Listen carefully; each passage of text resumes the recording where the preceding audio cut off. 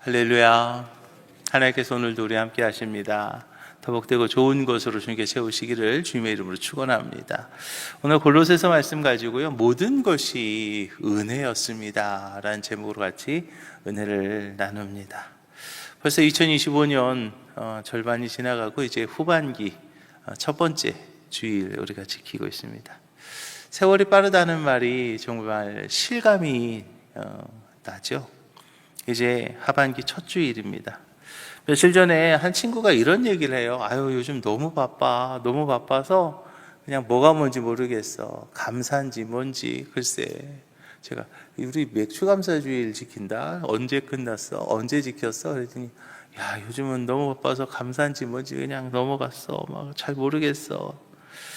그 말이요, 제 마음속에 남더라고요. 감사한지 뭔지 헷갈려. 지금 막 너무 바빠. 글쎄요. 우리도 그런 삶을 살고 있나요? 이스라엘 백성들이 광야 40년을 지났어요. 약속의 땅에 들어갔습니다. 첫 수확을 거두었을 때 그들은 단순히 풍성한 열매에만 감사하지 않았어요. 그 땅에 이르기까지 모든 여정들, 그리고 매 순간 인도하신 하나님의 손길을 그들은요, 하나님 앞에 감사했죠. 오늘 우리도 마찬가지입니다. 여기까지 온 것이요, 나 혼자만의 힘이 아니라는 것을 우리는 고백할 수 있어야 돼요. 성경은요, 마지막 시대의 특징의 하나로 뭐라고 말하냐면, 감사하지 않는 마음을 마지막 시대의 특징이라고 이야기하고 있어요. 디모데후서 3장에 보니까 사람들이 자기를 사랑하며 돈을 사랑하며 자랑하며 교만하며 비방하며 부모를 거역하며 감사하지 아니하며 거룩하지 아니하며 그렇게 말해요. 이게 말입니다. 말세의 마지막 시대의 특징이라는 거예요. 자기를 사랑하고 돈을 사랑하고 자랑하고 교만하고 비방하고 부모를 거역하고 감사하지 아니하고 거룩하지 아니하고. 먼저는요, 우리가 감사하지 않는다는 걸 볼 수 있어요. 거룩하지 않아요. 그냥 아무렇게나 그냥 막 떠들고요, 질서를 무너뜨리잖아요. 교만합니다. 다른 사람을 비방합니다. 그리고 자기 자랑만 해요. 내가 여태까지 어떻게 했는데, 내가 뭘 했는데. 그리고 돈을 사랑해요. 그냥 모든 게 다 돈 얘기밖에 안 해요. 돈을 어쨌네 저쨌네, 돈을 썼네 어쨌네, 돈을 먹었네 안 먹었네, 엉뚱한 소리들만 합니다. 이게 뭐예요? 마지막 시대의 특징이라는 거예요. 이 말씀을 보면서요, 지금 이 시대에 우리들의 모습을 보는 것 같지 않습니까? 마음이요, 무겁지 않지 않아요? 무겁습니다. 끊임없이 경쟁과 성취 압박 속에서 우리는요, 언제부턴가 감사라는 것을 잊고 사는 거예요. 지금까지 지내오게 하신 그 하나님의 그 은혜, 그 감사를요, 그냥 잊고 살았어요. 당연하다고 생각하는, 이건 당연하지. 뭐가 당연해요? 당연한 거 아니지 않습니까?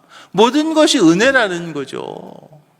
당연하다고. 근데 많은 이들은요, 이거는 내 건데 말이야, 당연하다고 생각해요. 불만이 있고요,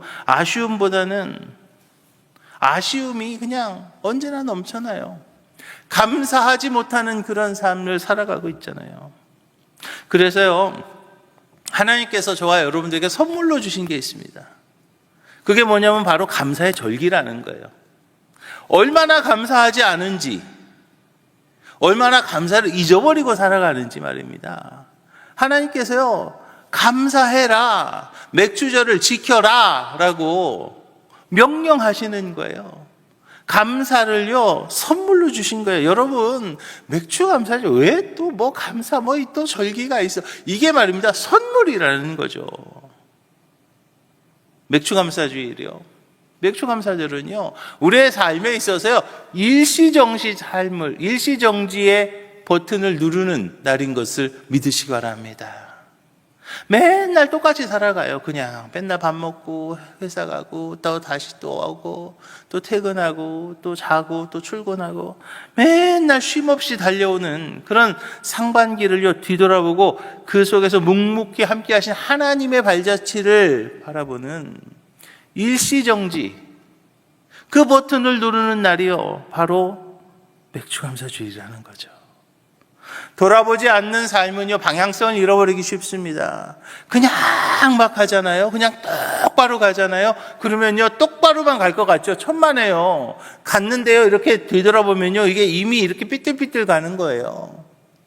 그런데 정확하게 뒤를 바라보면서 내가 잘 오고 있나 하면서 갈 때, 그때 정확하게 갈 수 있는 거예요. 지난 6개월을 되돌아봅니다. 여러분은 어떤 하나님의 손길을 바라보고 계십니까? 예상치 못한 위기 속에서 경험하신 하나님의 그 보호하심, 여러분 다 잊어버리셨나요? 힘들고 막막했던 순간에 보내주신 나를 돕는 그 돕는 손길들, 하나님 보내주셨는데요, 그거 다 잊어버리셨나요? 그리고 그 막막했던 그때에 열렸던 그 문들, 그 작은 기적들 기억하고 계신가요? 맥주감사주일이요, 새로운 결단으로 또 출발하는 날인 것을 믿으시기 바랍니다. 우리 삶의 일시정지 버튼을 누르고 다시 한번 되돌아본 뒤에 그 다음에 다시 새로운 삶을 출발하는 날이 바로 맥주감사주일이라는 거죠. 성장하는 사람들은요, 공통점이 바로 정기적으로 자신을 점검합니다. 그리고 새로운 결단을 하는 거예요. 결단이 없는 삶은요, 현상 유지에 머무는 거예요. 현상 유지는요, 뭡니까? 결국은요, 뒤처지는 거예요. 나는 그 자리에 있고 다른 사람들은 막 가는 거예요. 그러면요, 뒤처지는 거예요. 진정한 성숙은요, 과거를 성찰하고 미래를 향해 새로운 결단을 내리는 것에서 성숙이 시작되는 것을 믿으시기 바랍니다. 벌써부터 이른 더위와 또 경제적 불안적인 속에서 영적으로나 육적으로 지쳐있는 것이 지금 우리들의 솔직한 모습이죠. 그러나 바로 이런 시점에서 우리는요, 감사의 렌즈를 가지고 나의 삶을 바라봐야 될 줄로 믿으시기 바랍니다. 여러분들의 삶을 되돌아보는데요, 그냥 보는 거 아니에요. 뭐 잘했나? 아니에요. 뭘로 봐야 돼요? 감사의 렌즈를 가지고 바라봐야 되는 거죠. 여러분, 감사는요, 환경의 산물이라고 생각하지 마십시오. 내가 어떻게 했기 때문에, 내가 어떻게 되었기 때문에 내가 감사한다, 천만의 말씀이에요. 감사는요, 선택의 결과임을 믿으시기 바랍니다. 내가 선택하는 거예요. 많은 이들은요, 감사를요, 이렇게 됐으니까 내가 그거에 감사해야지, 천만의 말씀이에요. 그렇게 되었어도요, 내가 감사를 선택하지 않으면 그거 자체가 불만이 되는 거죠.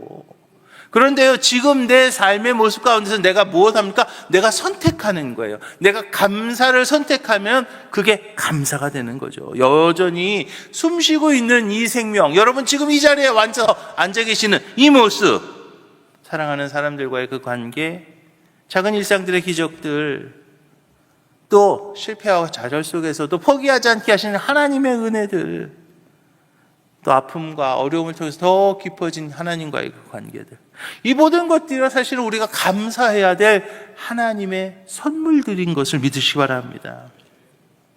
여러분, 감사가요, 단순한 어떤 예의 정도 그렇게 되어서는 안 된다는 거죠.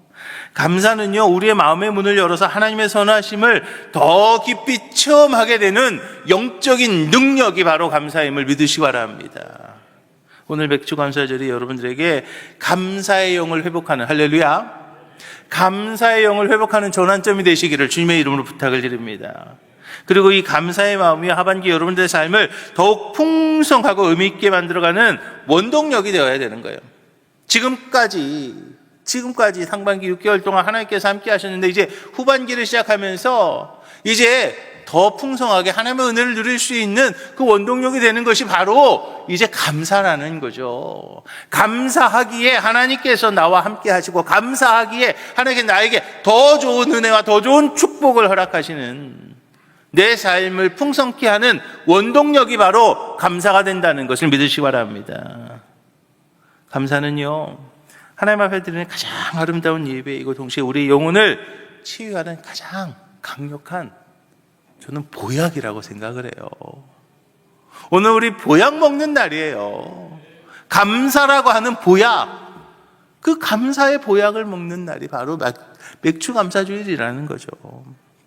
그래서요, 첫 번째로 감사는 내가 살아있는 놀라운 이유가 되는 것을 믿으시기 바랍니다. 얼마 전에 SNS에서 이런 짧은 글을 봤어요. 월요일 아침 눈이 또 떠지네. 또 출근이네. 그 순간 하나님께서 말씀하신다. 그래도 넌 살아있잖니? 다 내 덕분이야. 우리가 살아있는 게요, 하나님 덕분이에요. 씩 웃음이 납니다. 그러면서도 마음 한편에 어떤 울림이 있더라고요.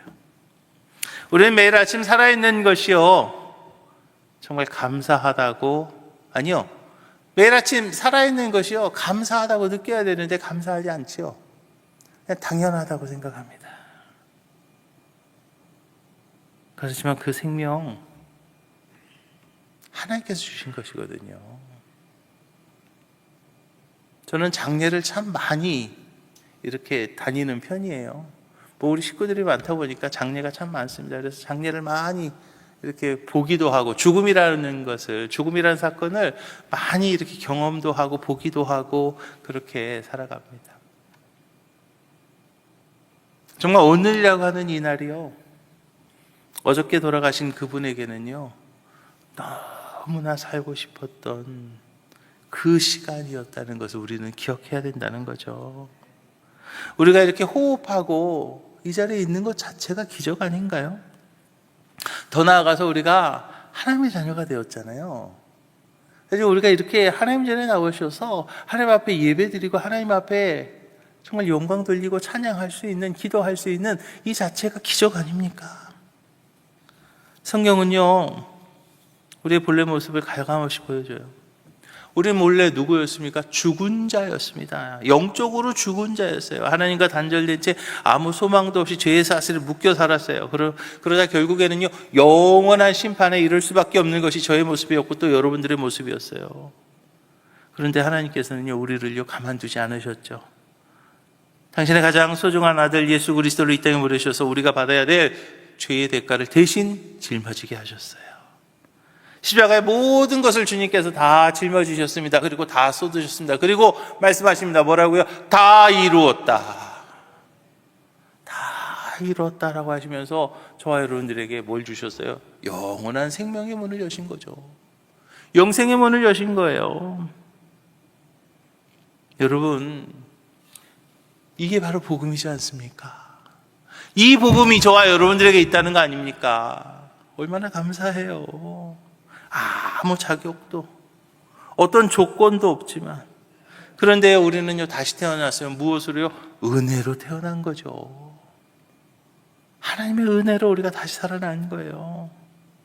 영원한 지옥에서 건진받고 하나님과 함께 사는 생명을 얻었다는 그 사실에 우리는요, 날마다 감사하지 않을 수 없습니다. 그 어떤 성공이나 성취보다 더 크고 놀라운 복이 바로 이 복이죠. 우리가 영원한 생명을 가진 하나님의 자녀로 이 자리에 앉아 있다는 것, 그것 자체가 이게 바로 기적이죠.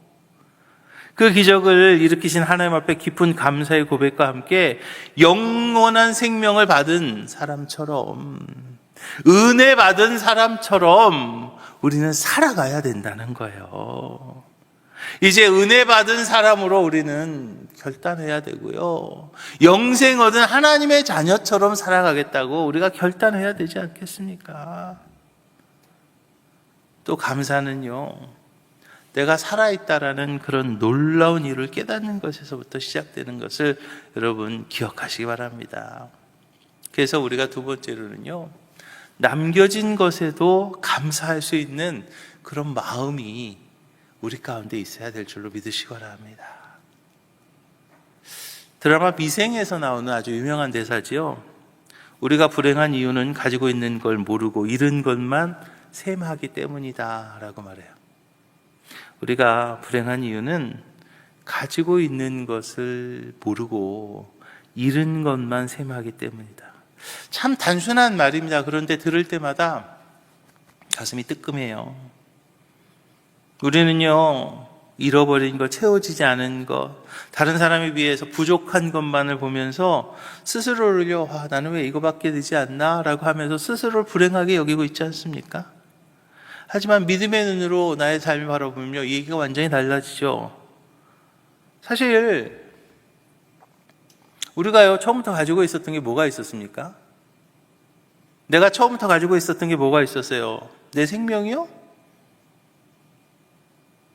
내 기회요? 하루하루를 살아가는 이 모든 조건도요, 다 하나님이 주신 거 아닌가요? 하나님께서 다 주셨잖아요. 생명도 주셨고요. 그 기회도 하나님이 주신 거고요. 모든 것을 다 하나님이 주셨어요. 근데 그 하나님이 주신 것을 하나님이 만약에 가져가셨어요. 그러면 그게 손해인가요? 아니죠. 그거는요, 하나님의 뜻입니다. 하나님이 주신 것을 하나님이 거두셨습니다. 그러면요, 내 것을 뺏긴 게 아니에요. 하나님이 주신 것을 하나님이 거두셨기에 그것은요, 하나님의 뜻이라고 우리는 기억해야 되는 거예요. 그런데 아직 나에게 남아있는 것이 있잖아요. 그것이요, 하나님의 사랑의 증거가 되는 거죠. 여기서 말입니다, 중요한 차이가 있어요. 세상에서는요, 100에서부터 시작해가지고 하나씩 차감되어가는 마이너스를 따지는 그런 방식으로 살아가요. 그러나 신앙인의 삶은요, 달랍니다. 어디서부터 시작하면요, 0에서부터 시작합니다. 0에서부터 하나씩 하나님이 주시는 것을 이렇게 채워가는, 모든 것을 감사를 받아들이는 방식으로 우리 신앙인은 살아가야 되는 거죠. 이렇게 신앙인은요, 계산법이 다른 거예요. 그래서 인생의 무게도 우리가 다르게 받아들일 수 있는 거죠. 이게 바로 신앙인과 비신앙인의 차이점이에요. 그런데 나 신앙인이야, 나 예수 믿는 사람이야 라고 말하면서 그 신앙인의 계산법이 아니라 옛날 그 세상적인 계산법 가지고 내가 뭘 잊어버렸네, 내가 뭘 없어졌네, 내 거가 뭐가, 그렇게 하면요, 그거는요, 뭐할로 예수 믿습니까? 예수 믿지 마세요. 그렇게 살 것 같으면. 그렇게 살 것 같으면 뭐할로 예수 믿냐고요. 신앙인이 되었으면 신앙인답게 살아야죠. 주신 것에 감사하며, 주신 것에 감사하며 살아가야 되지 않을까요? 여러분, 지금 가지고 계신 것 중에 하나님이 주신 게 아닌 게 뭐가 있을까요? 그 어떤 것도 내 소유에서부터 시작된 게 있습니까? 천만에요. 그런데요, 그러니까 하나님께서 거두어 가셔도요, 원망할 거 아니라는 거예요. 오히려 그동안 누릴 수 있었던 은혜에 감사해야 되는 것이고요. 혹시 아직까지 남아있는 것이 있다면 그것에 우리가 감사해야 되는 거예요. 더 크게 감사해야 되는 거예요. 오늘 우리는요, 범사에 감사하라. 범사에 감사하라는 하나님의 말씀 앞에 우리는 서 있습니다. 이 말씀은요, 상황 좋을 때만 감사해라 라고 말하는 그런 명령 아니죠. 우리의 삶 전체 모든 순간에 감사함을 선택하라는 하나님의 도전임을 믿으시기 바랍니다. 이제 세상적인 계산기 좀 엎어보자고요. 우리는요, 계산기를요, 너무 많이 두들기고 있습니다. 근데 그게 신앙적인 계산기가 아니라요, 세상적인 계산기를 가지고 나 신앙인입니다 라고 말하면서, 신앙인이라고 말하면서 세상적인 계산기로 그 모든 것을 계산한다는 거예요. 이제 좀 계산기 좀 내려놓고 믿음의 눈으로 지금 나의 모습 그대로를 바라보시기를 주님의 이름으로 부탁을 드립니다. 여전히 감사할 이유가 충분하지 않습니까? 감사의 절기입니다. 그 감사가 저와 여러분들의 삶의 리듬이 되고 진정한 고백이 되는 우리 오목촌교회 모든 성도님들이 다 되시기를 주님의 이름으로 축원합니다. 세 번째로는요, 검은 보자기 속에 담겨있는 선물이 있다는 것을 여러분 기억하시기 바랍니다. 검은 보자기 속에 선물이 담겨있다는 거죠. 여러분, 빅토르 위고의 작품 레미제라블을 아실 겁니다. 주인공 장발장이 빵 한 쪽을 훔쳤다는 이유로 19년 동안 감옥에 갇혀서 지냅니다. 출소 후에도 전과자라는 낙인 때문에 어디서도 환영받지 못합니다. 그러나 미리엘 주교의 무조건적인 용서를 경험하고 나서 그의 인생이 바뀌죠. 만약 그 고통스러운 순간이 없었다면 어땠을까요? 아마 그냥 평범한 사람으로 살다 갔을 거예요. 하지만 깊은 절망을 겪었기 때문에 진정한 은혜가 어떠한 것인지를 알 수 있었고, 그 덕분에 수많은 사람들은 구원할 수 있는 그런 삶을 살았죠. 우리도 마찬가지예요. 누구도 고난을 좋아하지 않습니다. 힘들고 지치고 때로는 불공평하게 느껴지니까요. 주변에서 나보다 신앙 없어 보이고 성실하지 않는 사람들이 더 잘 되는 것 같을 때 감사라는 말 자체가 좀 억울하게 느껴질 때도 있을 거예요. 그런데요, 하나님께서 히브리서 12장에서 이렇게 말씀하잖아요. 하나님이 아들과 같이 너희를 대우하신다라고 그랬어요. 하나님은요, 우리를 사랑하시기에 훈련시키시는 것을 믿으시기 바랍니다. 마치 부모가요, 자녀를 키우는 것처럼 말입니다. 지금 겪고 있는 그 어려움, 그 답답함이 사실은 여러분 하나님의 변장된 축복일 수 있다는 것을 여러분 기억하시기 바랍니다. 겉보기에는요, 검은 보자기에 쌓여져 있습니다. 그래서 이게 선물인지 뭔지 알 수 없지만 시간이 지나면 그 안에서 놀라운 은혜가 나오는 것처럼 말이죠.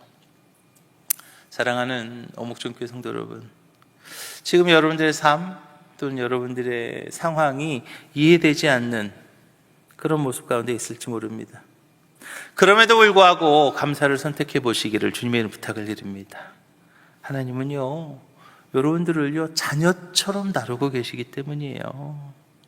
그분의 손 안에서는 어떤 고난도 어떤 어려움도 헛되이지 않습니다. 믿음이란 어둠 속에서도 감사를 선택하는 것, 그게 바로 믿음이라는 거죠. 어둠에 있지만, 내가 지금 어둠 가운데 있지만 그럼에도 불구하고 감사하는 것, 그게 바로 믿음이에요. 그리고 그 감사는 바로 저와 여러분들의 인생을 새롭게 만들어 가실 줄로 믿으시기 바랍니다. 에베소 5장에서 말합니다. 어리석은 말이나 희롱의 말이 마땅치 아니하니 돌이켜 뭐 하는 말?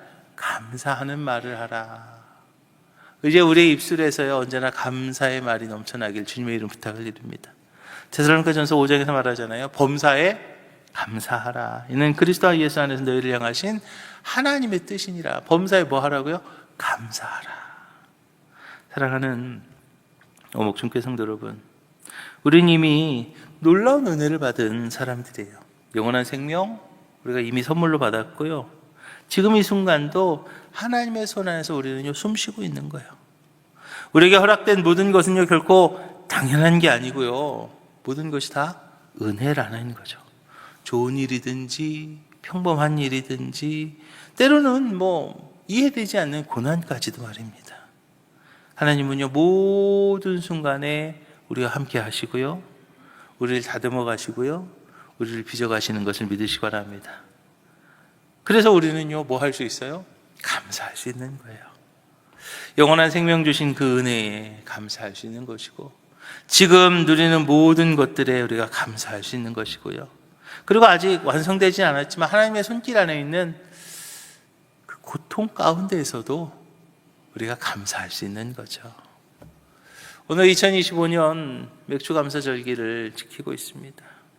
지금 여러분들의 삶이 어떤 자리에 있든지 다시 한번 결단하시기 바랍니다. 모든 것이 은혜였습니다.